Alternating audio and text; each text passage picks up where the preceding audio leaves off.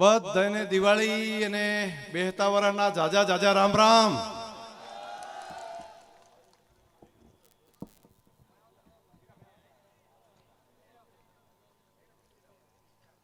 આજે આખો વાવ વિસ્તારની અંદર વાવના આંગણે ખીમાણાવાસ ગામમાં ધરણીધર ભગવાન ના સાનિધ્યમાં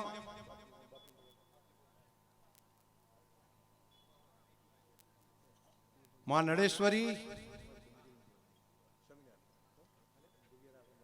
અહીંયા આનંદ પ્રકાશ બાપુ અને ગાયો માટે જેમણે શહીદી બોરી એવી વીર ભૂમિની અંદર આપણે બધા આજે એક સાથે આપણે મળ્યા છીએ. તો દાદાના ચરણોમાં વંદન કરી અને આપ સૌને પુનઃ આટલા બધા આગેવાનોને હું હૃદયપૂર્વક ખૂબ ખૂબ નવા વર્ષની શુભકામનાઓ પાઠવું છું. આ વખતની વાત થોડીક અલગ એક થઈ કે સોશિયલ મીડિયાની અંદર મારા પેજ ઉપર એક નિમંત્રણ આપ્યું મેં, અને લાગણીથી, પ્રેમથી, પોતિકાપણાથી આપણે આટલી મોટી સંખ્યાની અંદર જે ઉપસ્થિત રહ્યા, તો તમારા પ્રેમને હું વંદન કરું છું, હૃદયપૂર્વક વંદન કરું છું. આમ સ્નેહ સંમેલન હજુ આપણે પાર્ટીનું જે સ્નેહ સંમેલન છે 1 તારીખે રાખ્યું છે. એનું સ્થળ જે નક્કી થશે એ પાર્ટી જે સૂચના કરે ત્યાં આગળ આપણે બધા કરશું. પણ આપણી દર વર્ષની જે પરંપરા છે કે બેસતા વર્ષને દિવસે આપણે બધા રામ રામ કરીએ છીએ, તો આજે રામ રામ કરવા માટે મોટી સંખ્યામાં યુવાનો, વડીલો બધા જે ઉપસ્થિત છે બધાને ફરી રામ રામ, બધાને જાજા જાજા રામ રામ.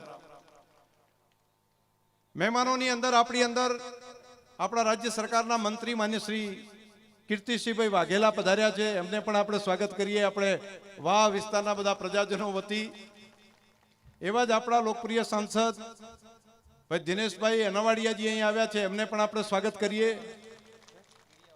સુરેશભાઈ શાહ પ્રભારી તરીકે આવ્યા છે, એમને સ્વાગત કરીએ. પૂર્વ મંત્રી કેસાજીભાઈ ઠાકોર અહીંયા પધાર્યા છે, એમને પણ આપણે સ્વાગત કરીએ. એવા જ પૂર્વ મંત્રી આપણા હરજીવનભાઈ પટેલ સાહેબ પધાર્યા છે, એમને સ્વાગત કરીએ. બેન તો આપણા અહીંયા સ્થાનિક છે.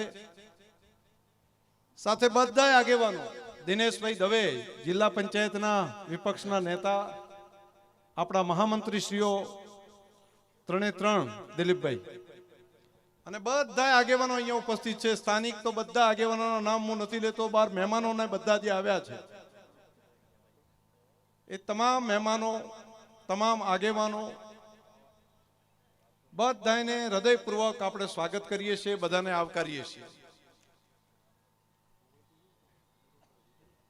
સ્નેહ સંમેલનના આજે પ્રસંગમાં પરમ કૃપાળુ પરમાત્માને એ પ્રાર્થના કરીએ કે અમને એવી બુદ્ધિ અને શક્તિ આપજે કે પ્રજા કલ્યાણના કામ કરવામાં અમે ક્યાંય પાછી પાની ન કરીએ.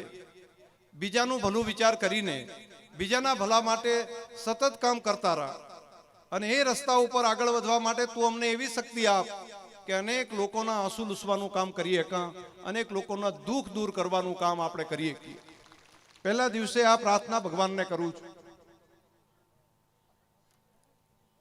વાવ વિધાનસભા વિસ્તારની અંદરથી આવેલા આટલા બધા વડીલો, યુવાનો, તમારો બધાનો પ્રેમ, લાગણી એ બધાને માથે ચડાવું છું. ઠાકરસિંહભાઈ ભુવા પધારો.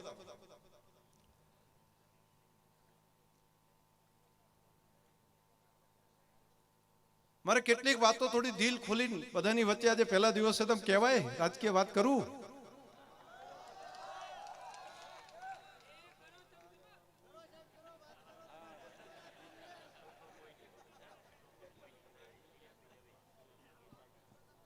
ગયા 5 વર્ષ અને એના પહેલાના 5 વર્ષ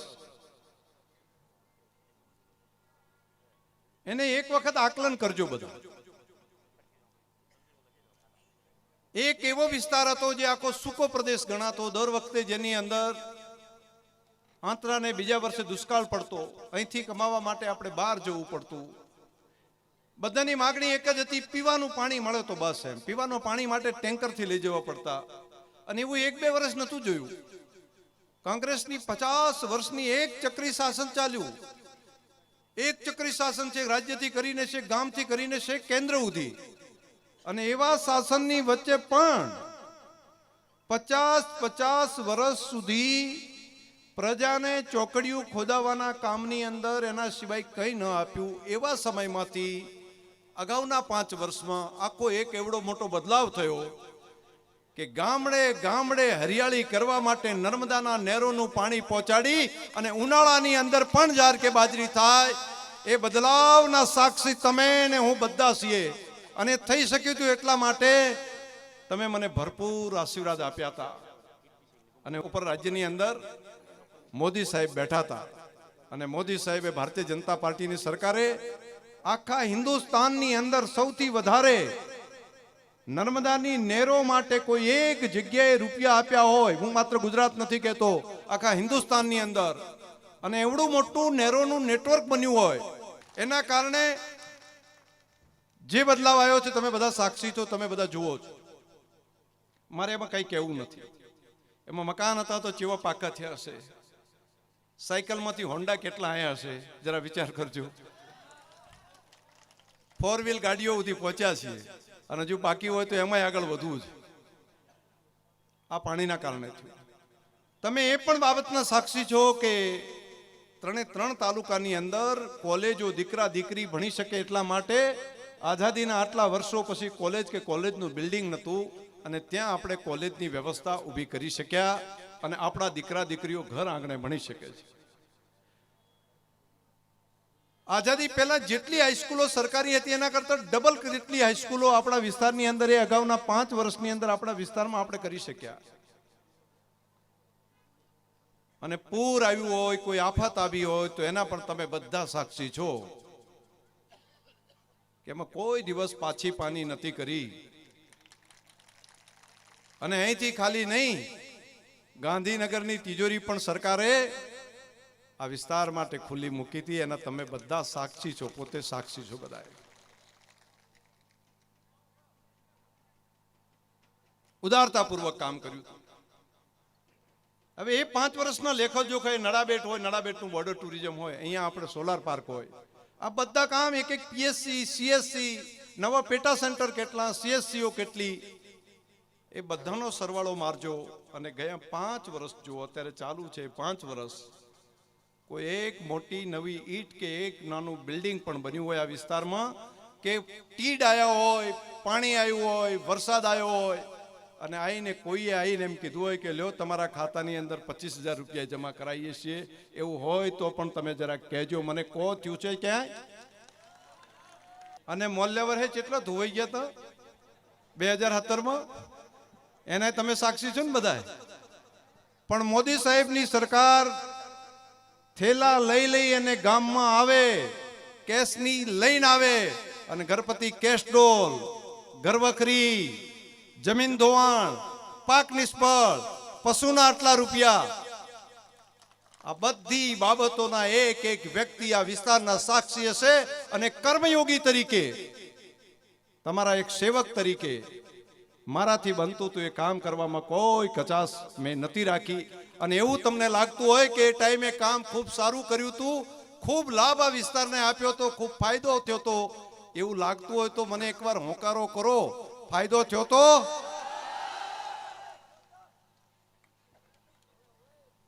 તો એવો જ સમય આપણો ચાલતો હતો તો પછી મને હરાયો શું કામ, એ જવાબ આલો. તમે એમ કહો કે બધું બરાબર હતું, સારું હતું, તો હું તો ચૂંટણી લડતો હતો. હે રાજાજી શું કહો રહ્યા? પૈસા મેં આલ્યા ને મોમેરા, આના સાક્ષી છો ને તમે? અને પછી મોમેરાની વળતી માતર જેટલી પહોંચી એ યાદ કરજો. ક્યાંય પહોંચી છે હોય તો કહેજો. હવે મામેરું એકાદ વખત તો કોક લેવા આવે તો બબે મામેરા ભરવાની રિવાજ છે નહીતર ઈનાય નવી નવી વાતો લઈને આવશે. આપણે બધાએ આ વિકાસની યાત્રાની અંદર જોડાવા માટેનો સંકલ્પ કરતા હોય તો એકલો શંકરભાઈ ચૂંટણી કે એકલા ભારતીય જનતા પાર્ટીના આગેવાનો કશું ન કરી શકે. એના માટે તો એક એક પ્રજાજન, એક આગેવાન, તમે અહીંયા આવેલા એક જવાનિયાઓ એ ગામે ગામ મહેનત કરે તો પરિણામ મળે, એના સિવાય પરિણામ મળી શકે નહીં. બધાએ મથવું પડે, બધાએ મહેનત કરવી પડે. કોઈ એક નેતાનું કામ આ નથી.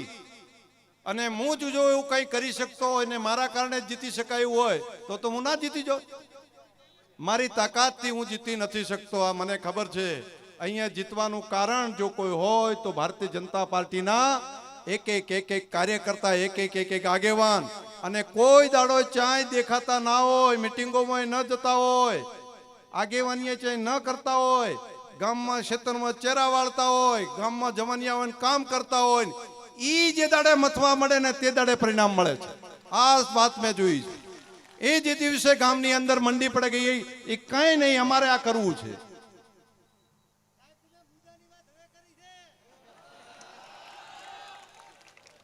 તો આ બાબતની અંદર એક કાર્યકર્તા આગેવાને આ કામ આવનારા સમયની અંદર મોદી સાહેબની શક્તિ વધારવા માટે જેમણે આટલું કામ કરે છે, ત્યારે આપણા સરહદી વિસ્તારનું કમળ ખીલાવવાની જવાબદારી આપણા બધાની હોય. આપણે બધાએ મથવું પડે, બધાએ ભેગા થઈને કરીએ. પણ તકલીફ એ થાય છે, હું જે મોડા હાર્યા ચેડ સમજો કે ગામની અંદર મત તો આપવા હતા, ભાજપે હારું, મોદી સાહેબે હારા, શંકરભાઈ હારા, પણ મારો બેટો જ હાર્યો લઈ જાય છે. હવે ગામમાં જહ ના લે એના માટે કરીને કોકના બૈડા શું કેમ તોડી નાખો છો વગર કારણે? મહેરબાની કરીને એનું જરા હવે એટલે મેં પછી ઓલી ગાડીઓ બધું હતું ને એની જગ્યાએ સીધો તમારે આવીને મળવું છું એ ચાલુ કર્યું છે. એટલે મને લાગ્યું કે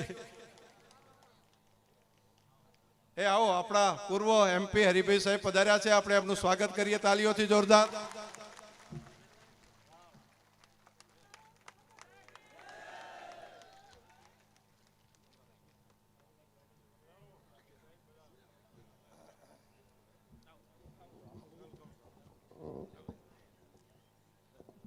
આટલા બધા મહેમાનો આવ્યા છે ને તમારા બધાનો પ્રેમ છે એના કારણે પહોંચ્યા છે, તમારા બધાની લાગણી છે ને એના કારણે કરીને આટલા બધા મહેમાનો આટલા બધાની વચ્ચે આપણા શેખ સરહદી વિસ્તાર સુધી આપણને મળવા માટે આવ્યા છે.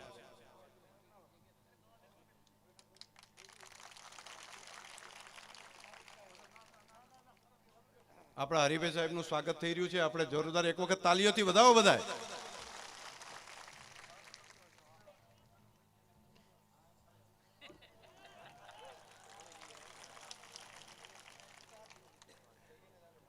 એ અફળાણું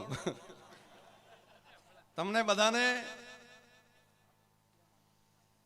છેલ્લે મારે વાત એક જ કરવી છે કે ભાઈ યાદ બનાસકાંઠા જિલ્લા એકમાત્ર રાખવા જેવું છે, અને એ છે કોઈ ધારાસભ્યો ચૂંટવાથી બે જ બાબતો કરતા હોય છે. તમે અગાઉના સમયમાં પણ તમે જોયું છે, હું ચૂંટણીમાં કહેતો હતો કે કોંગ્રેસના ધારાસભ્યો જીતશે તો શું વાત કરશે, જીતાડ્યા એના પછી તરત જ ચાલુ કરશે અમારું કાંઈ ઉપજતું.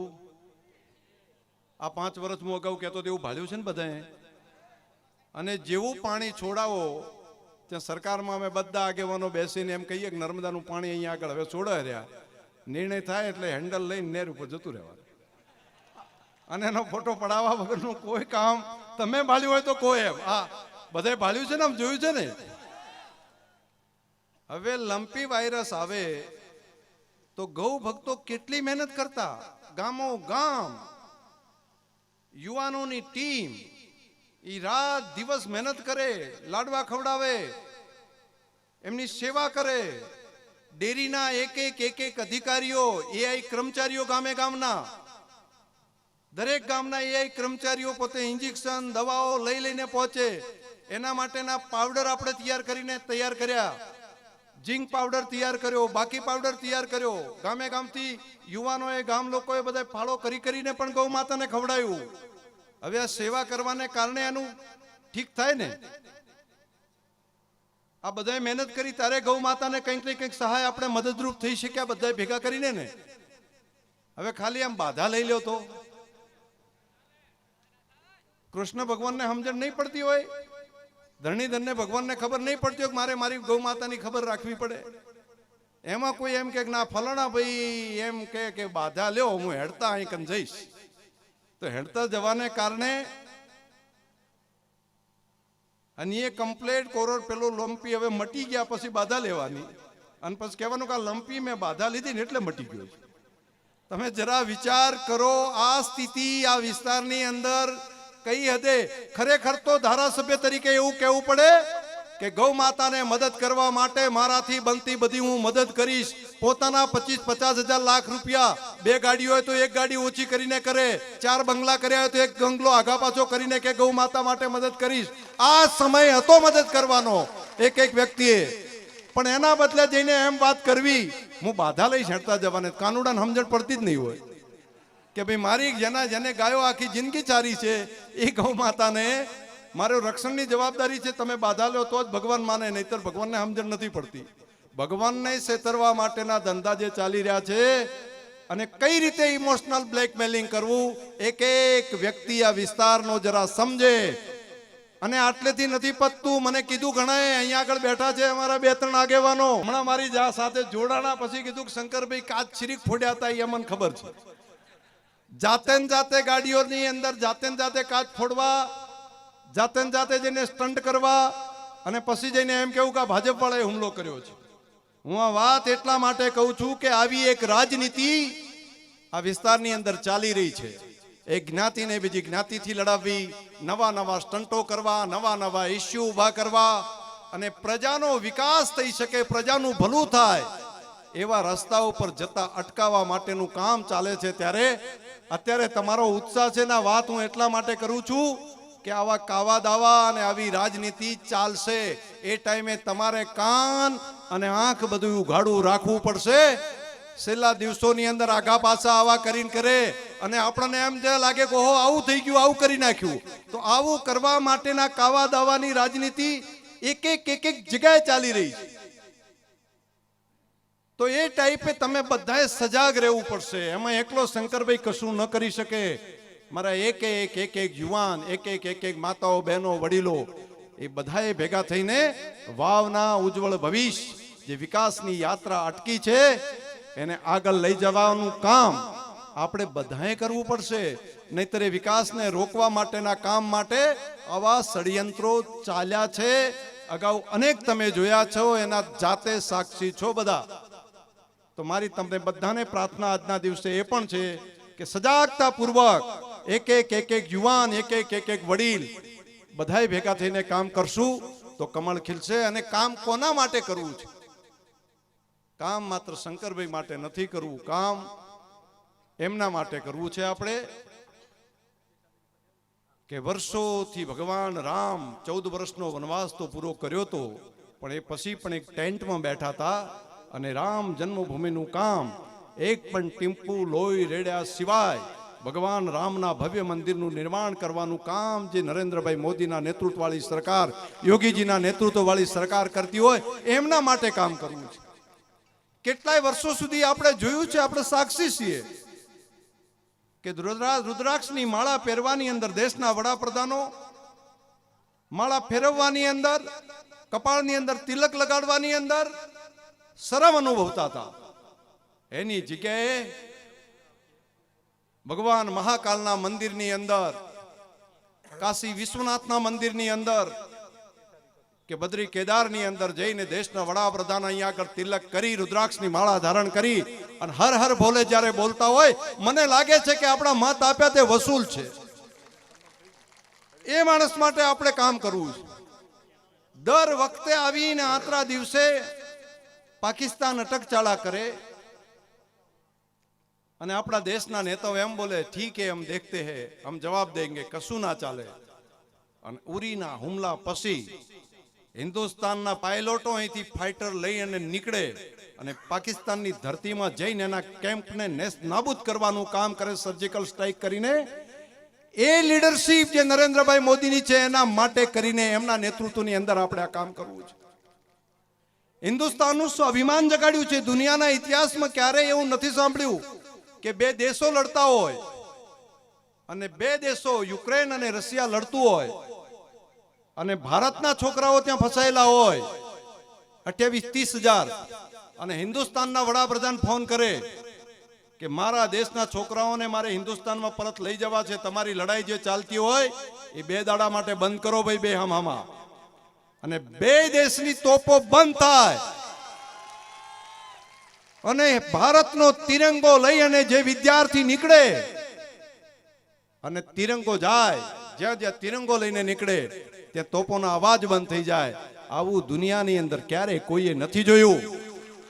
પાકિસ્તાનના વિદ્યાર્થીઓ પણ બહાર નીકળવું હતું તો હિન્દુસ્તાનનો તિરંગો લઈ અને નીકળે અને તેના દેશમાં જઈને કે બીજો કોઈ ઝંડો ચાલતો નતો, અહીંયા તો માત્ર તિરંગો જ ચાલે છે.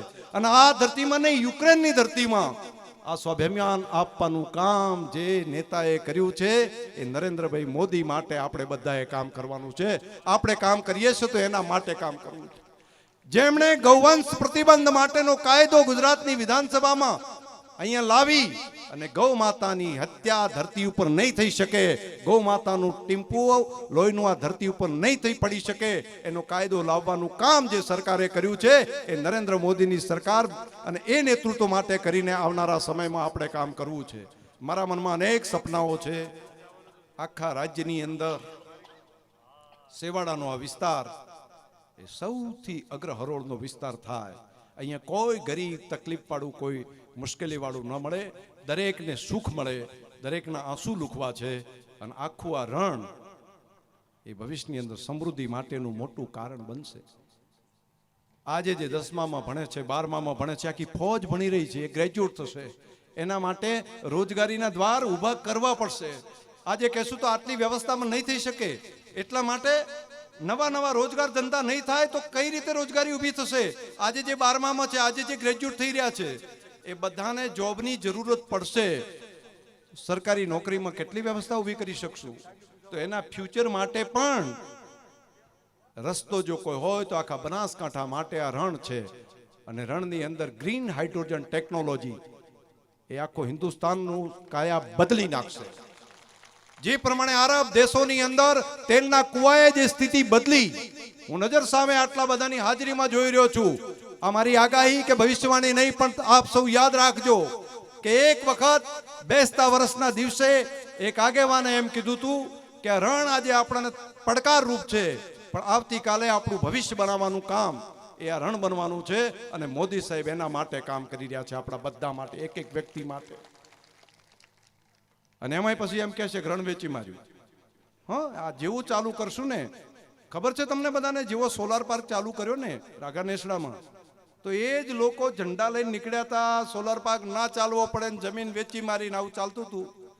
રેલીઓ કાઢી હતી, અહીંયા થરાદ સુધી કાઢી હતી, અને પછી એના ધંધા કરવા મંડી પડ્યા. શું સેટિંગ થયું ભગવાન જાણે. પછી એના જ લોકો, એ કોણ હતા તમને ખબર છે? ફોટા જોજો. એ જ બધા, એ જ લાઈન જે રેલીઓ કાઢતા હતા, જેમણે કીધું હતું ના ના નહીં થવા દે, મરી જશો તો નહીં થવા દે, નહેરમાં પડી જશું, આમાં મરી જશું, આ શબ્દો તમે જોજો જરા. અને એ જ લોકો ત્યાં આગળ જઈને એમ કે ના ના આ તો બરાબર છે. આગલા દિવસે એમ કહેવાય કે રોડ છે ને બરાબર નથી ચાલતો, રોડ નથી સારો થતો. અને બીજા દિવસે કોન્ટ્રાક્ટર ઘરે જતા રહે એટલે એમ કે ના ના રોડ તો હેરથો છે. શું થાય છે જરા વિચાર કરવા જેવો વાત. આજના તબક્કે હું તમને બધાને કહું છું કે આ દિવસો છે, એની અંદરથી આપણે બધાએ વિચાર કરીને આગળ વધવું પડે. આજે નવા વર્ષે સંકલ્પ કરીએ. 31મી તારીખે આપણા વડાપ્રધાન સાહેબ આપણા થરાદમાં આવવાના છે, ખબર છે બધે? દરેકે દરેક ગામમાંથી મોટી સંખ્યામાં થરાદ આ વિધાનસભા વિસ્તારમાંથી કોઈ ગામ બાકી ના રહેવું પડે. અને મોદી સાહેબને લાગે કે ભાઈ હું મારા બનાસકાંઠામાં આવ્યો છું, કેવો કાર્યક્રમ જોરદાર થયો છે, જમાવટ વાળો, તો આવું કરશે ને બધાએ? તો જરા કામ ફ્લેશ લાઈટ ચાલુ કરીએ કાંઈ તો કરો ને.